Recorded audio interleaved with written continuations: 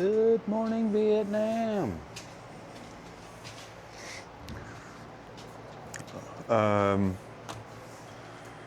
Okay. Today, can you grab me a small box so that I can lean my phone against it, please?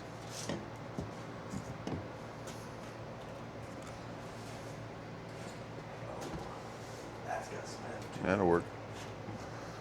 Right there you go. Oh yeah. Hey, I need a better fucking introduction. Okay. Come on.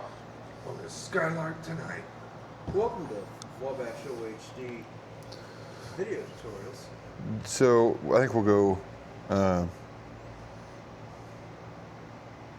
Welcome to Wabash Overhead Doors training videos. Do this, not that.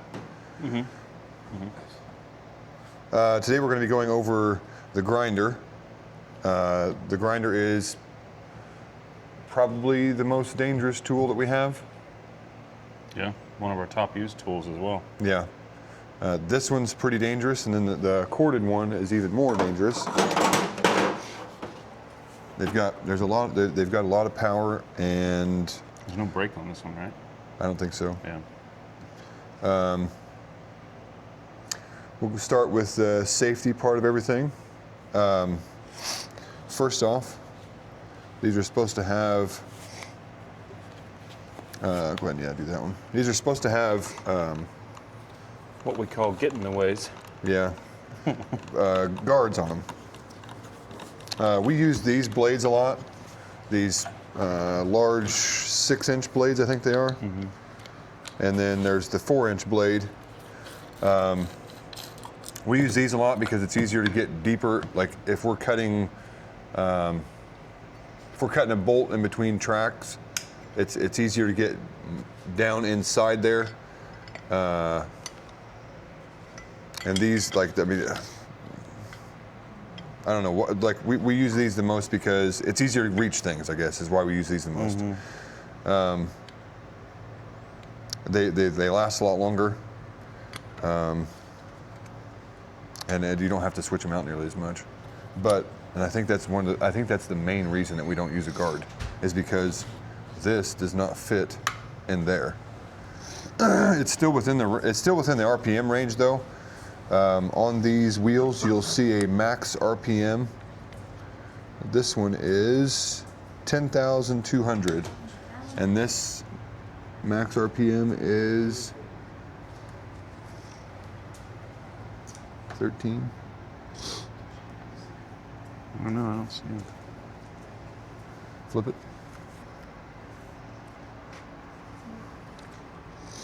It's probably right around there too. Yeah, 11,000. Yeah, and this one's even less because it's battery powered. But if you exceed that, if you exceed well above that, you're supposed to run it at 10.2, but if you go over that, then the blade will actually, or the disc will actually blow apart. You can look up some pretty scary stuff on Google, where there's guys that have these embedded into their face, where they've blown apart. Actually, race car, one blew up on him and that fucking gouged his cheek. Not that fucking long. He Open. could take his tongue and it would split it apart. And he uses grinders. Yeah, he was a grinder, he was a welder, yeah. Yeah, so he uses the grinder all the time. This is a steel blade, but same idea. Yeah, pull your little Johnny. Oh yeah. Yeah, release it and then it'll sit on there. You have to edit that part out. See, folks, we do know.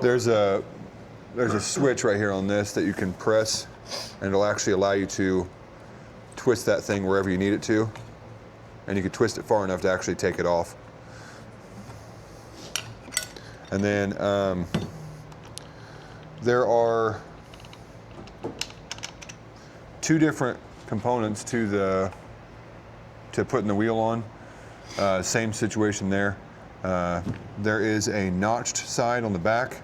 That's what the motor actually grabs a hold of. and then there's just a rounded side there. Make sure that notch goes down, and then there's a brake, or there's a lock here on the back too, on each of these. That one is here, and this one is here. Press that, twist it, and you can actually feel it lock in. And then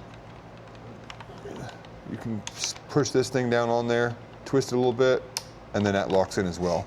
Make sure that that's locked in before you put a wheel on it. If you don't, it'll never get tight.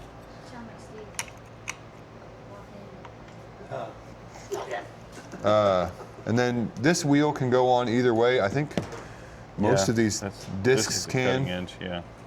That's just the cutting edge right there. Same with this one. But Both concrete wheels. any of your cutting discs, they can both go. They can be either way. But your grinding wheels and stuff, there's a specific way that those go on there, and these wheels. What were you saying the other day as far as sharpening drill bits? Are we gonna put that in the video? Maybe. Never mind that. At some point, yeah. We'll go over the grinder first, yeah.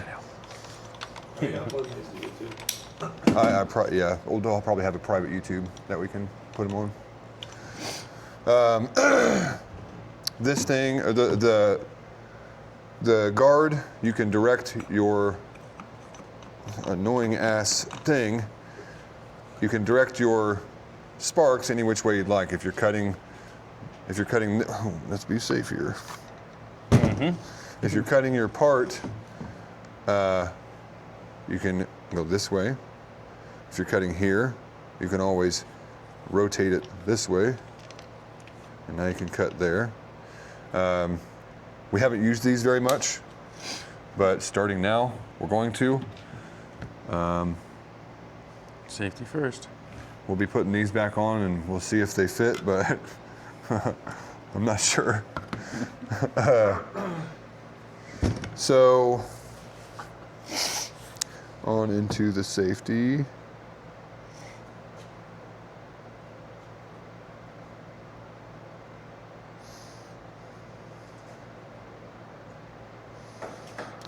Can you go over, let's go over how to hold this bad boy when she's running. I'm putting a handle on.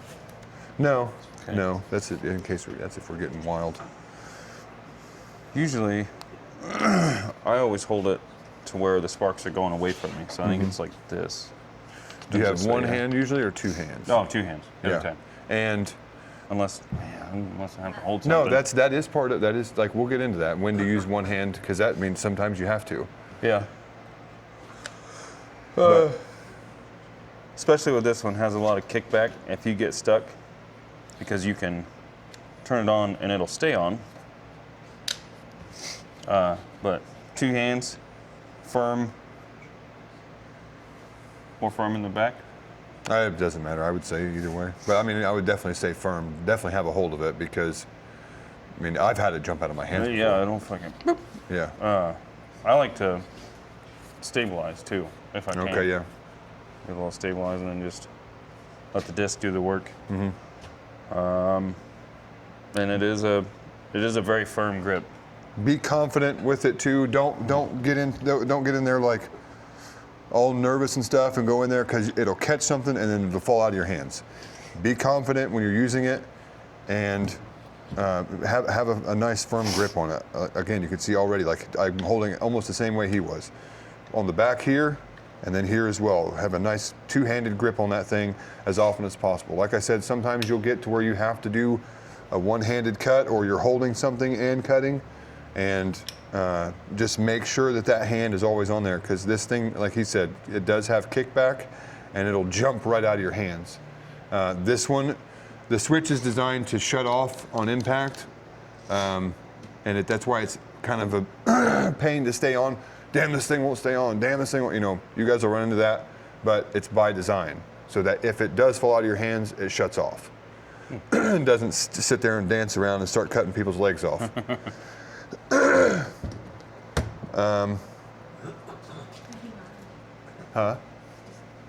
Yeah. Yeah. Especially with one of these. And also having a nice feet apart, nice grip whatever you're cutting on. have a nice stance, because again, the kick it'll jump. I mean, it jumps pretty good, and that Especially kickback, one-handed. yeah, that kickback can throw you off balance, and just make sure you have a nice solid stance while you're using it. Not none of this one-footed stuff. No, don't get fancy.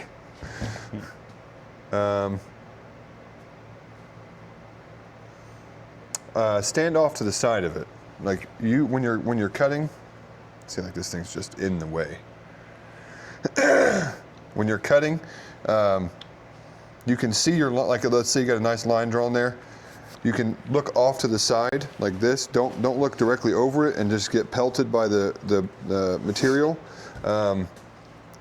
These steel blades, they'll hold together, but like we discussed, these cutoff wheels, they can just blow apart.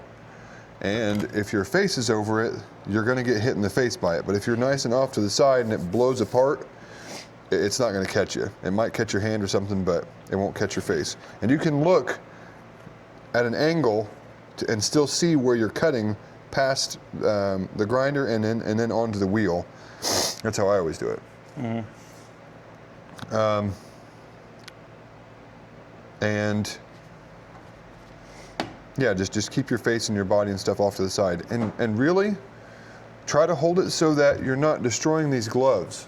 These gloves get expensive, and if you're just throwing a bunch of grinder or sparks on them, at this part right here, the fabric part, it'll just destroy it instantly. That's what I was saying. I think without turning it on, I think it's this way, but this way will throw sparks away. Yeah. And then that way I throw them to you. Yeah, but still, holding it like this versus holding it like this, you can still get a good grip on this, and you're not covering your glove or your hand in sparks. And with this one, sometimes I'll go even like this. I'll hold it back here and then here, so that I'm not just pelting my glove in sparks. So yeah, holding it back here, getting a good grip on that, keeping that fabric part out of the way, like that. Every time you use it, assume the disc is going to blow up in your face. Because again, it can, and you'd rather be out of the way than not. Every time I use it, I can see where I'm going, and then I'm off to the side so I can see what I'm cutting. I'm never over top of it like this, mainly because I don't like being hit in the face by sparks. Yeah, and the main reason to be afraid of it blowing up is we do a lot of interrupted cuts, meaning we'll cut something and then there's space, but we're still cutting, and then we start cutting again. So that gives us 2 points where it could destroy the wheel and not just cut. Or cutting, if we have to cut an angle on our horizontal because there's a J channel in the way. 9 times out of 10, that's an interrupted cut too, and then it'll try and suck through there, and it'll just disintegrate the disc. So always keep your face out of the way. And always look at the wheel too before you use it. If it's, take a look at the one that's on there. If it's cracked down the side, swap it out. You can see a little bit of damage on this one on the side. This is totally fine. Sometimes you'll see a few fibers hanging off the side there. That's totally fine. But if you start getting cracks down in the inside of it here, swap it out. It's not worth it. And these things are fairly brittle too. If you take this off and use a grinding wheel and you're in the lift, and this is sitting up on something and you step on it and you hear it crunch, swap it out. Don't step on it, of course, but if you hear it crunch, throw it away, and you'll know what it. I mean, it's like a so.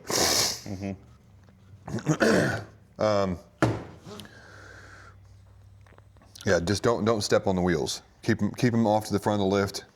Yeah, this is just losing the branding and the marking on the back there. But like, yeah, you can see the grain on the back here, but that's totally fine. Yeah, that's the fibers you were talking about. Yeah.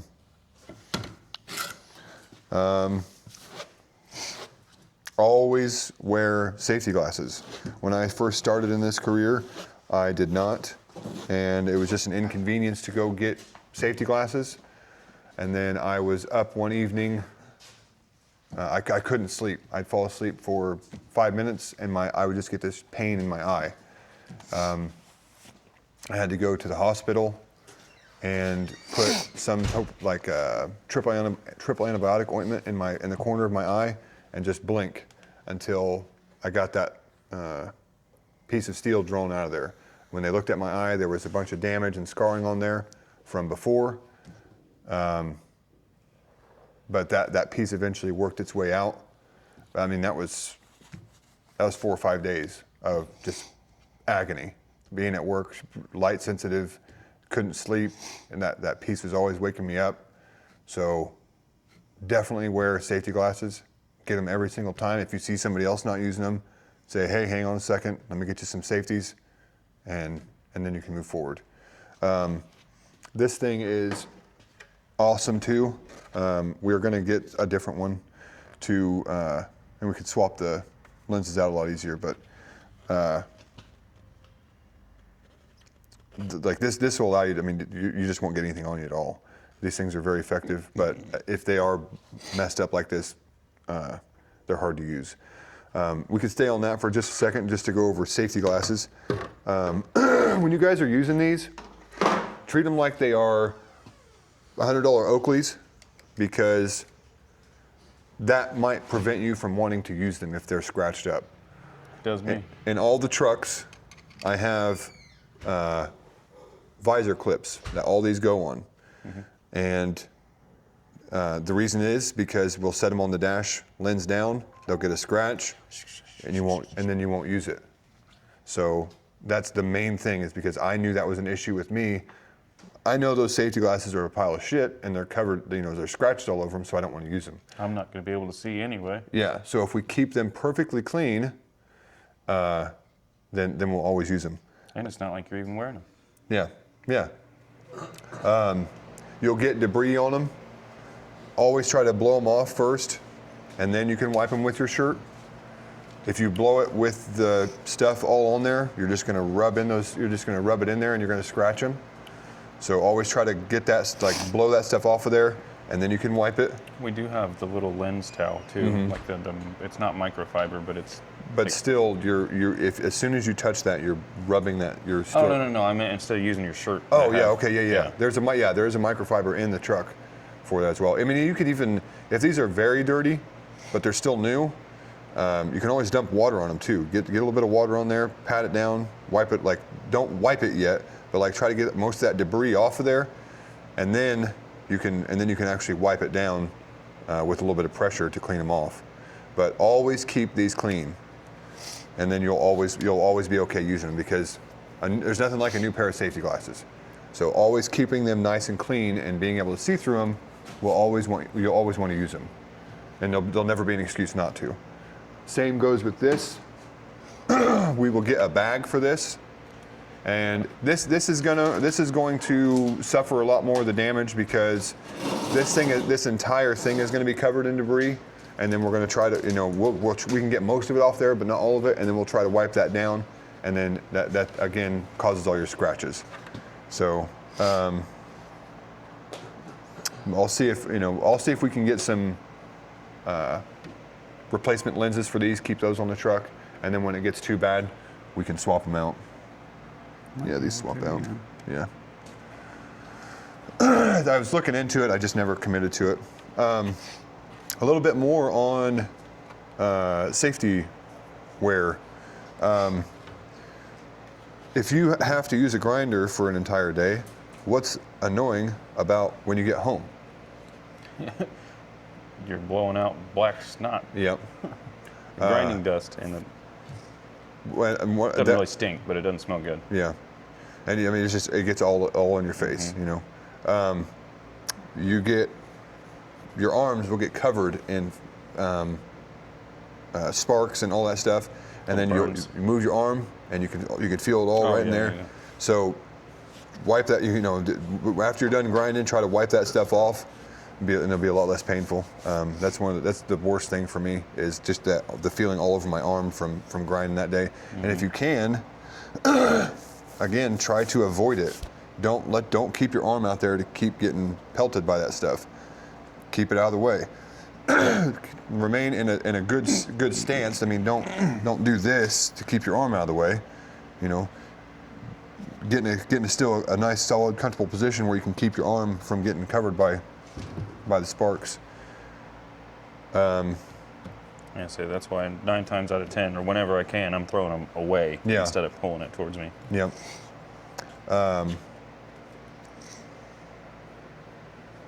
Let me see. You can always we've got sweatshirts that you can always put your sweatshirt back on, but you will be using the grinder in the middle of the summer, and you will not want to have a sweatshirt on, so you will get covered in it. And that's a lot harder to clean off because we're sticky, Yep. so on and so forth. But a Yep. little bit of water. We've got wipes in there. Yep. Yeah, and just do it, man. It's so effective. Like just get one of those wet wipes and wipe your arm off, and you won't be suffering through the rest of the day. Sometimes we have to grind like this, and you're throwing the sparks up on. I mean, let's say it's even something like it's just this high above the grinder. You're going to be grinding up, and it's going to be coming back onto your head, and that is painful. That sucks. It really does suck. We've had to grind inside the toolboxes to make things fit. That's where this comes in.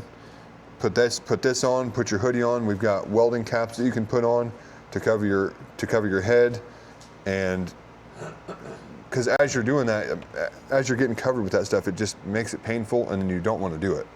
So get covered up, and then get this thing put on, and I mean you become like you'd be totally immune to it, and you can just sit there and work, and you just got sparks flying everywhere, and nothing's going on. It's kind of cool. What else?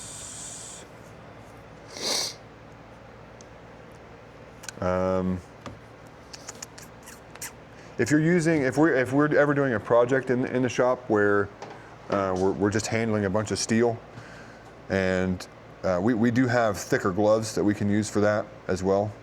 Where I mean, if we know that we're going to be welding or grinding all day, we'll switch to the thicker leather gloves because we don't have to be precise. Another safety thing, Yeah, I think they're actually on the welder. Yeah, on the cart, yeah.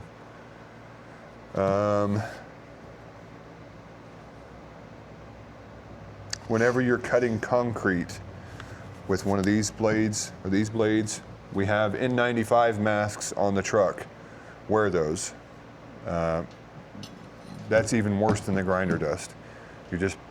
And the next day you feel terrible. You're getting all those fines in you, and it's definitely not good for you.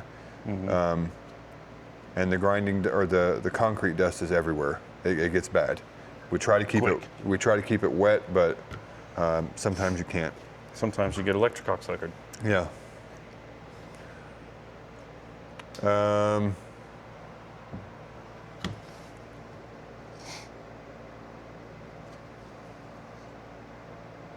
me see here.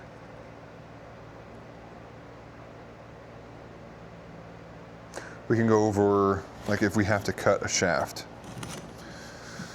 I just hate these fucking guards. Grab me a small board.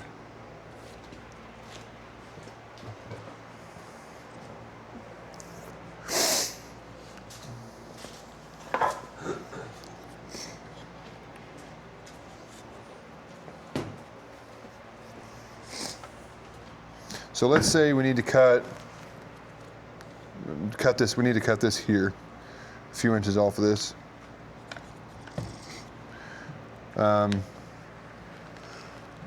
You can leave it on the ground if you don't have something to set it up on.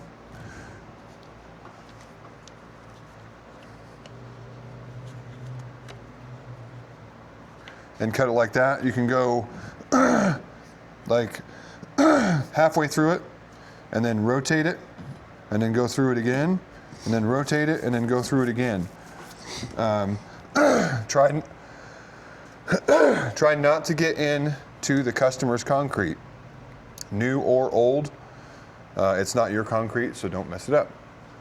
Try to keep it off of the concrete.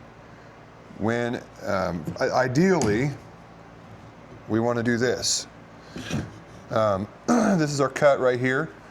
If we cut this right here like this, with sitting up here, if we cut that right there, it's going to collapse like this, and it will. So you're creating a gap at the top, and then as it goes down, you're going to pinch that blade. And when you pinch the blade, you damage the blade, and the blade could blow apart. So always, Also creates the kickback we were yeah, talking about. yeah. And as soon as it pinches it, it'll either hold on to it or kick it back, and it gets dangerous. So always hang that part over, and you could put your knee or your foot or your arm here, or have someone else hold it for you, and then cut to where it falls off like that. When that does fall off of there, it is bending a little bit of that material on the bottom. So make sure that you finish the cut all the way through and don't break it off. That's especially good for solid steel or solid shaft. And then once you get that cut all the way through, make sure that you clean up around the edges.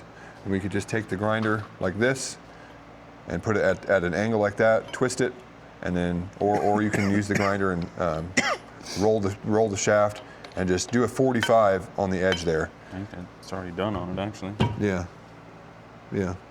That will allow you to put on your bearings and all that stuff without having to fight it. So whenever you're cutting something, don't put your cut in a position where it's going to get pinched as you cut it. Always hang it over so that it does that. Same goes with cutting wood even. It's the exact same thing. If you were cutting this like this, and you cut it here, and you have this supported here, if you cut it here, it's going to fall, and it's going to pinch, and you're not going to make it through. Hang it over, cuts, falls right off.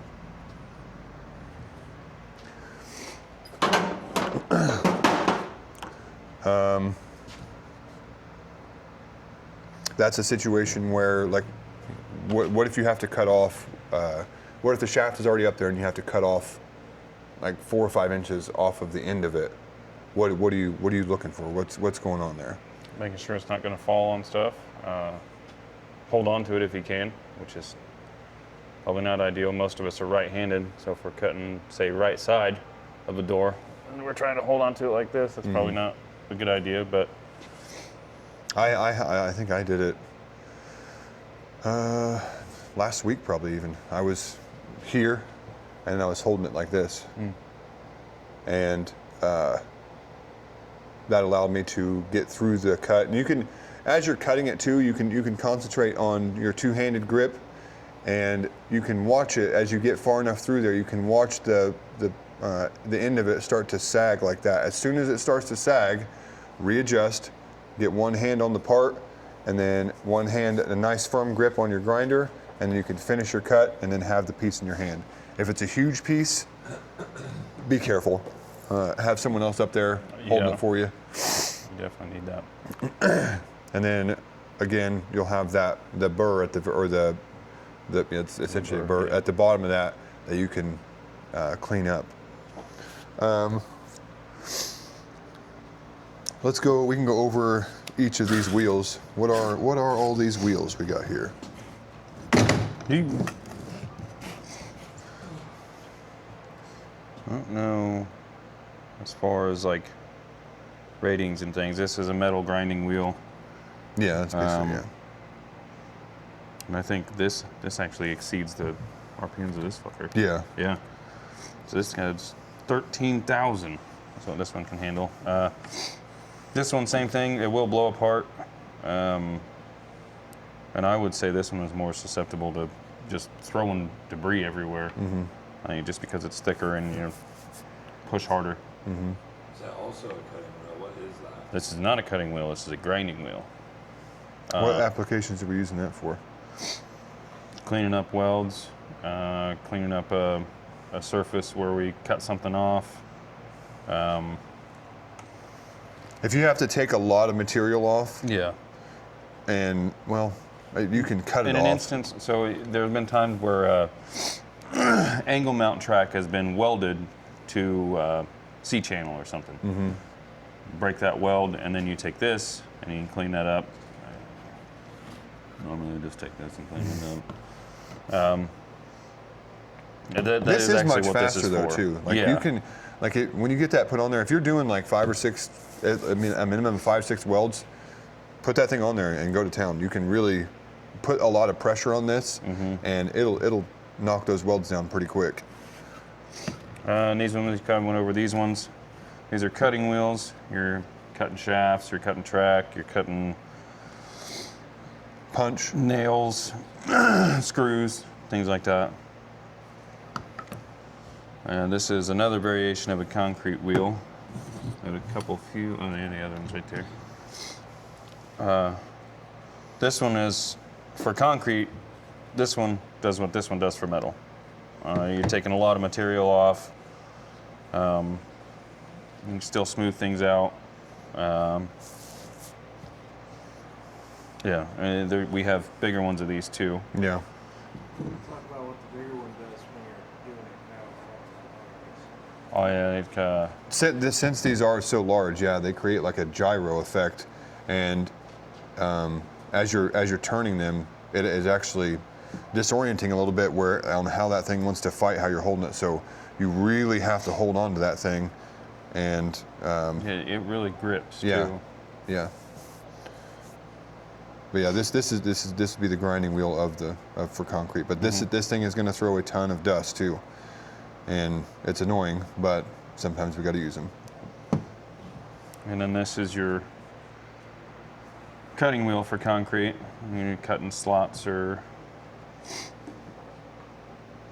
what would you Scoring call it. Yeah, scoring them so you could break it. Yeah. If you don't need to go all the way through. Yeah.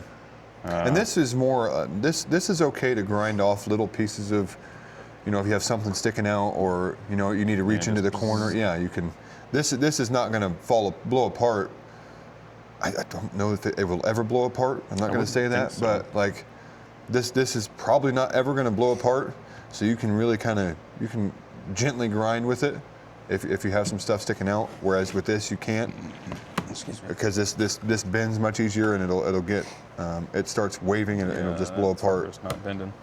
There's two variations here. I don't know. I'm assuming it's just vibration, because they're both diamond covered. I really don't know. What would you say? Vibration is for the separation here. Smoother finish, I guess. Okay. Smoother finish. This is going to be more of a coarse cut. Okay. Yeah. Okay. But I would. This is the one we would only really ever need. This this is okay, but this is the one we're going to use the most. This is probably you could probably grind or you could probably cut steel with this thing. Maybe. And then we have the flap wheel. This is another metal grinding wheel. This is for more like make things pretty, sand them down basically, taking rust off a shaft, yeah, cleaning up the rest of a weld, it doesn't really work great on paint, but yeah, if you're not trying to take material off and you're just trying to take paint off, I would say use this. Yeah. Cleaning up a shaft, I would definitely grab this. Like if it was rusted and stuff. This is going to flat spots, pretty rough cut, but this thing's a real fine, and it looks. I mean, a mirror finish. This is a nice wheel. That's all the wheels we've got. Yep. There's different sizes. Obviously, you can't use that one because we have guards on our grinders, but well, there's a lot just of in case. Yep. We got a lot of them on the trucks. Know when the cut is going to be over, or know when the cut's going to be. Know when you're actually going to finish through the cut. That's when you should. That's when that's a good chance of the kickback is going to happen. I was cutting some red steel, the C-channel red steel, and we had the piece hanging over, and that steel is holding on in different ways, and the weight on the end of it is going to cause it to do weird things. Even as you cut, so we're cutting this half, it's laying flat, and I'm cutting this half, and then I'm going over here, and then I'm cutting this half. Even as you cut this first half, that material can shift and then pinch the blade at that very last bit of that cut. So always pay attention to what that's going to do as you're cutting through it. And sometimes even like there's pressure under that steel with the bends and all that. And when you cut it, sometimes when you cut it, it's bing, it'll pop, or it'll pop the other way, the wrong way, and then that's when it'll pinch your blade and maybe make it fall apart. So make it real finesse at the final quarter inch of the cut to pay attention to what's going to happen, and be ready for it to jump and kick back at you. Yeah, it's along the same lines of one of our previous videos with the drill. I don't think you can necessarily hear a sound difference with the grinder. No.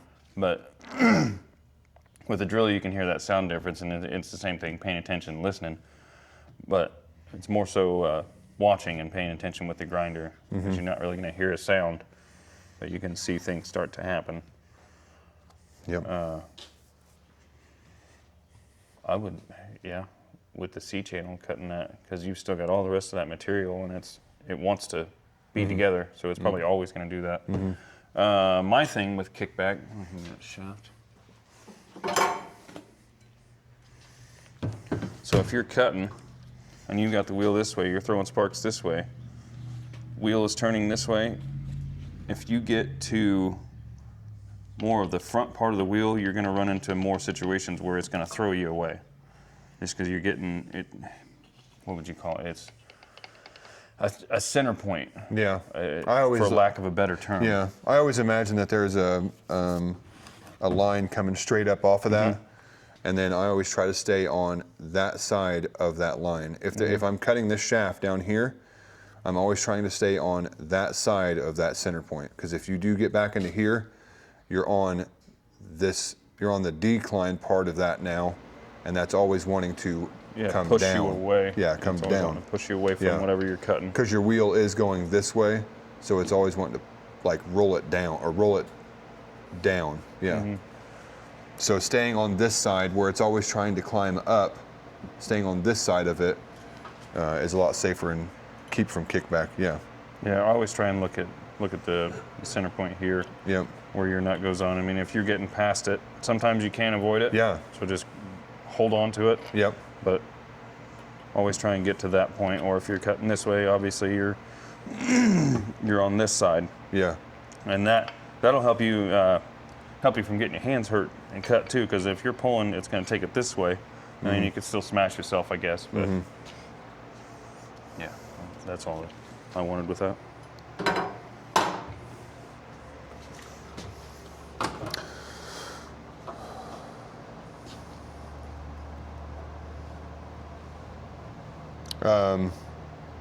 Sometimes we have to use these in awkward places. Just really focus on how tight you have that. Really have a good grip on it and expect that it's going to jump out of your hand. Like, I mean, we're in, we're all kinds of weird positions. You're down low. Any position you could think of, you probably have to use this in that position. Just keep a good grip on it.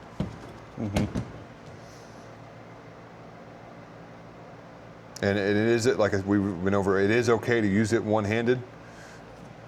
Almost never do it, but if you have to, you can. Again, just make sure you've got a good grip on it. And in that situation, you really pay attention to your kickback. Make sure you're throwing sparks away. Make sure you're staying on that side, this side here. Or if you're bringing them to you, make sure you're keeping it out in front of you, keeping it out in front of your cut. Especially one-handed.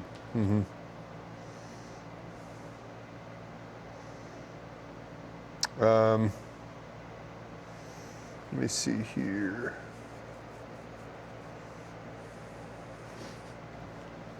That one for sure. Which one? No twisting mid-cut. Always trying to. Like let's say we gotta cut this in half right here. What are we focusing on? A straight line, and there are instances where we've cut sheet metal, rib steel, and you got to make a 10-foot cut, and it's difficult to make a straight line for 10 feet, but you always want to try your best to get that straight line. We always do make a line, and you follow the line, but there are times where you start to deviate or. And you could twist this way too. Yeah. Yep. And this twist right here is what will also blow that blade apart. Yeah, and you can see it too. Yeah, the wheel will start to wave. Yeah. Yeah. And it'll start cutting funny. Throwing extra sparks. I'm always going up and then back down. Every time I'm cutting a new cut, I'm always going up and back down. That way I'm always making sure, I mean, most of the time, 80% of the time I'm doing a cut, it's always up and then back down, up and then back down. I'm always staying in contact with what I'm cutting, but it's always up and then back down. That way, when I get to the very top, I can make any of those adjustments that I have to as I'm making that cut. But when you get good enough, you can just stay in one. You can keep it all the way in there and just pay attention to your line and make those small adjustments as you're going. And don't get in a hurry. Don't let it just not cut anything, but don't try to force it through there. That's when you'll start getting way off. You know? Yeah, all that, and it destroys the disc too. Yeah. It's not meant to just fucking Force pull it through something. there. Yeah. Yeah. It's meant to cut. Yeah. You let the blade do the cutting. Yeah. That's a big thing. I mean, it kind of depends on what you're cutting. If you're cutting thin material, a nice finesse cruise. Don't try to force anything. Just go at a good pace, and if you pull this way harder, you try to go faster, you'll feel the blade come up off of the part. You want to keep it in a nice spot and just cruise through there, and use your hands as guide points to help keep everything, or as stability points to help keep everything stable as you're making that cut. Spread your fingers apart. Keep a good grip on it, of course, but you can spread your fingers apart to help use that to guide you through any of your cuts.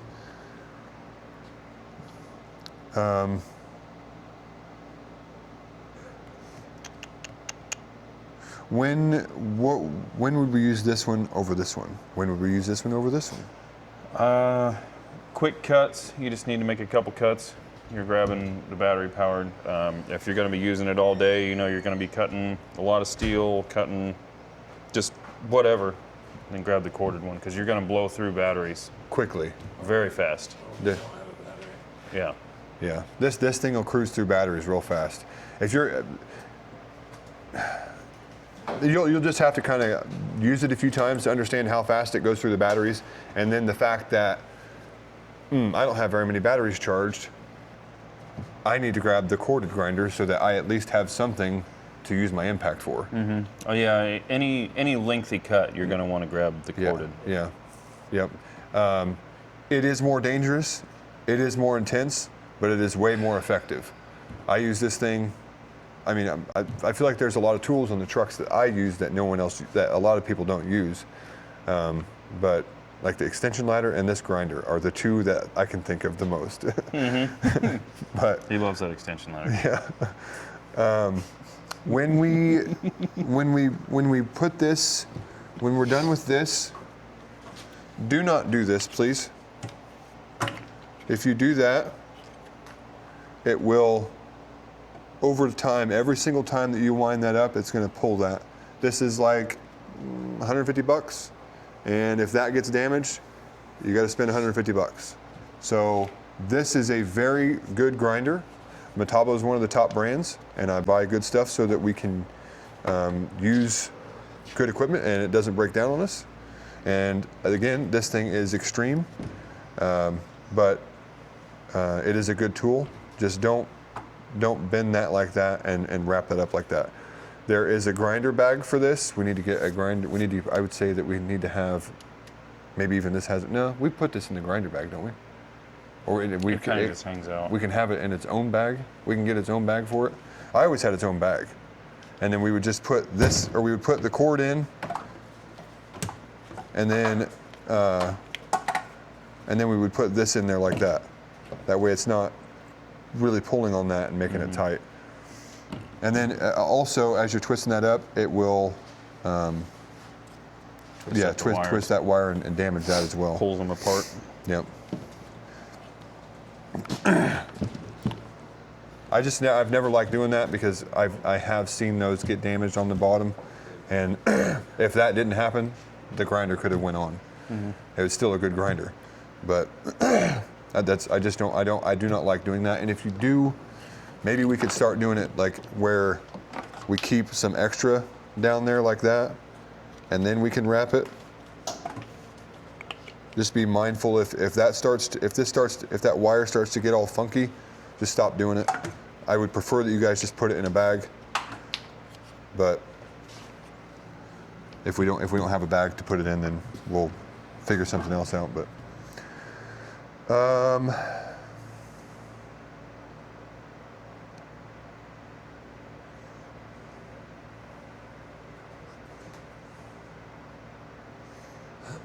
yeah, most of the time we're using these to cut. We're using a cutting wheel to cut.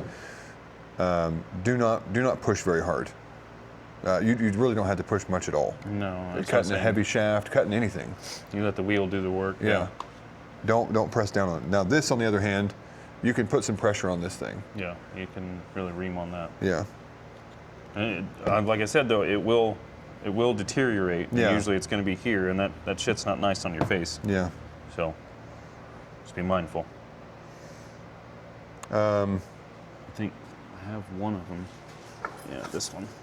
You can really see it on this one. Mm-hmm. How you use the corner and it kind of rounds it out.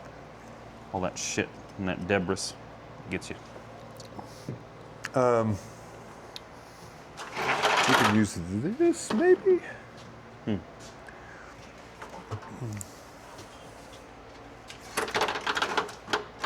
I don't know if you can see that very well, but let's say that this was a flag bracket and this was the track. I don't want to cut the track. I just want to cut this. Do not come in at this angle. You can always go in at this angle here. Make your wheel flat with the same on the same angle as this, and then you can go right in there and cut that off. We're trying to save this, not cut into this, and you can literally separate the two pieces just like that. If you have to cut the nut off of a bolt, you can try to use a cutting wheel, or you can also go to a grinder, just grind the head of the bolt off, and then use a punch to punch the rest of the way through. Yeah, and if it if it's moving though, I would say cut off wheel. Yeah. Because you're just gonna spin it with the grinding Yeah. wheel. It's not Yep. really gonna Yep. cut it. But be very mindful whenever you have to cut something off that you're not getting into this material as well. Sometimes you have to go at this angle, like let's say that there was a weld right there, you would have to go at that 45, but with a weld, let me see a piece of cardboard. Let me see that piece of cardboard right there. Cut that one off right there.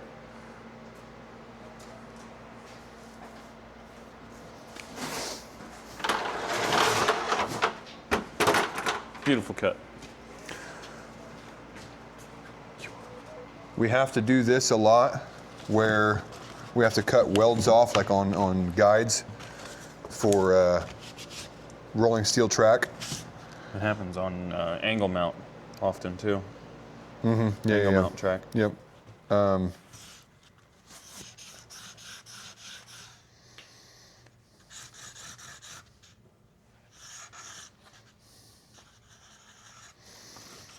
This is, let's say this is the track here, or let's say this is the wall here, and this is the track, and there's your weld. You want to come in, you're trying to reach this point right here. That's what you're trying to get to. 45 in this I found is the best way to do it. You're trying to cut right through there into that, and to separate those two pieces, and then you would use your grinding wheel or your flap disc to take off any leftover material right there. But coming in at a 45, not straight down like this or this, but trying to get straight to where those two pieces join is the most effective way to get that off there. And if you're at the right angle and you're in the right position, you're saying like doing that 45. Once you get to where those meet, you can start to see a gap. Crack, yeah, or a small, small gap in there, yeah. And that's when you know you've gotten all the way through it. And you can put, a lot of times we'll drive a chisel in to put some outward pressure on that as well, and then we'll make that cut, and you can, as soon as you get through the weld, it pop, and then you move your chisel to the next one. But I'm sure I'll have a video of that out in the field, or Josh will have a video of it out in the field where we can demonstrate that for you guys. But this is, I always find this to be one of the harder things for guys to learn is how to cut a weld quickly. You'll put someone on, hey, cut all these down, and they'll be there for a really long time. Yeah. You're trying to separate the two pieces. That's the most important thing. And then also, like let's say this is a weld here.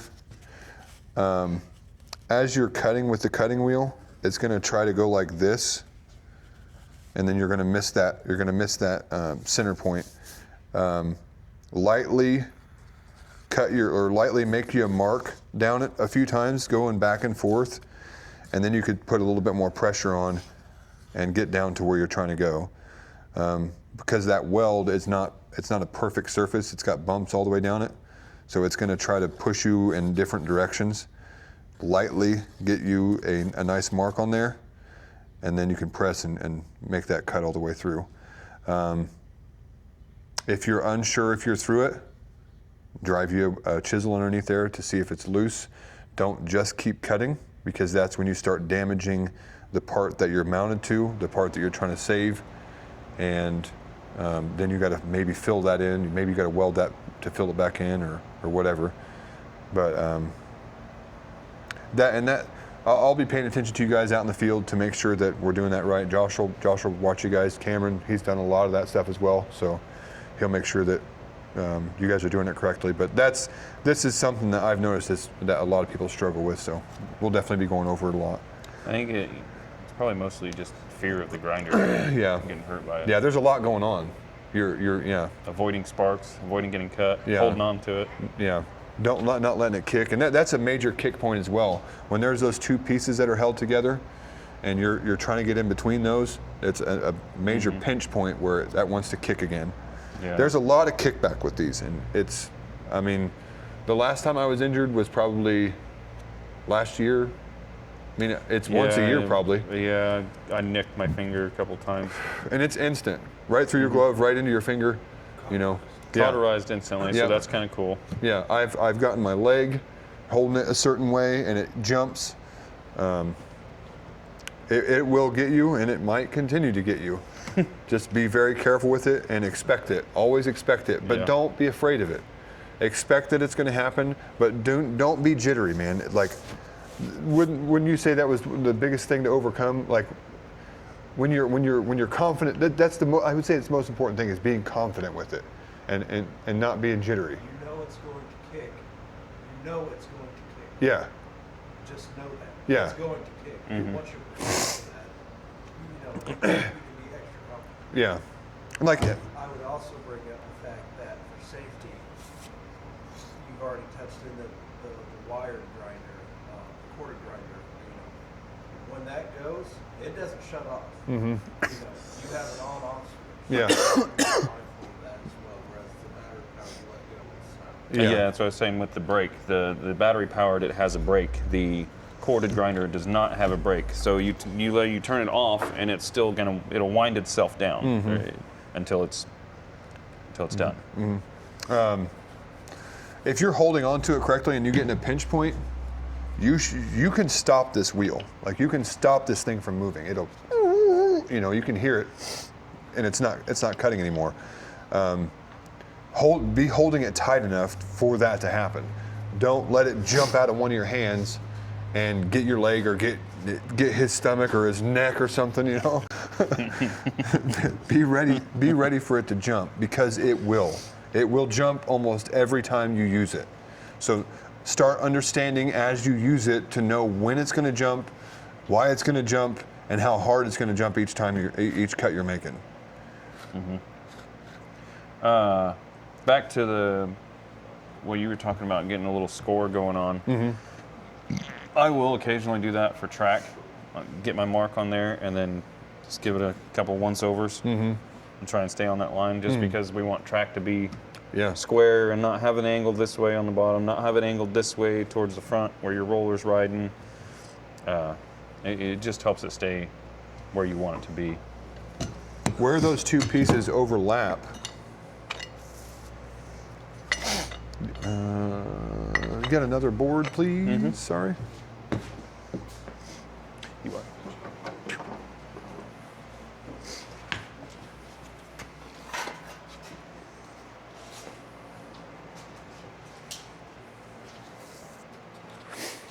Where those two pieces overlap, like this is where your track is mounted. Let's say it's only welded right here. You can actually start your cut, start your grinder back in here, and then lightly go across, and it will help you make that straight cut. Like start here, lightly go across the weld, and then finish. Do that a couple times, and that will help you create a perfect mark to then add a little bit more pressure to, Guide for you. and make that nice cut. Instead of trying to come just directly into the weld, start back here, smooth, smooth. That helps you, for me, that helps me keep my wheel straight too. Yeah, And not cut like this Yeah. or cut this way. yeah. You get It that sets line you where going. you're at Yeah. already. Yeah, and it kind of it pulls you into it. Yeah, it gets you. Yeah, and then lightly go across. Yeah.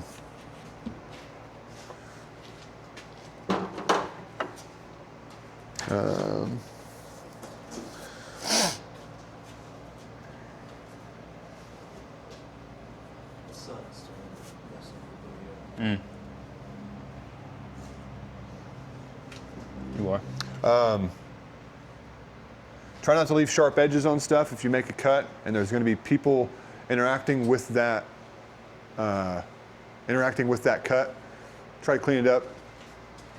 Don't leave those sharp edges on there. Somebody get hurt. So even yourself, like if we're doing a project or something like that, welding a bunch of things together, clean up your sharp edges.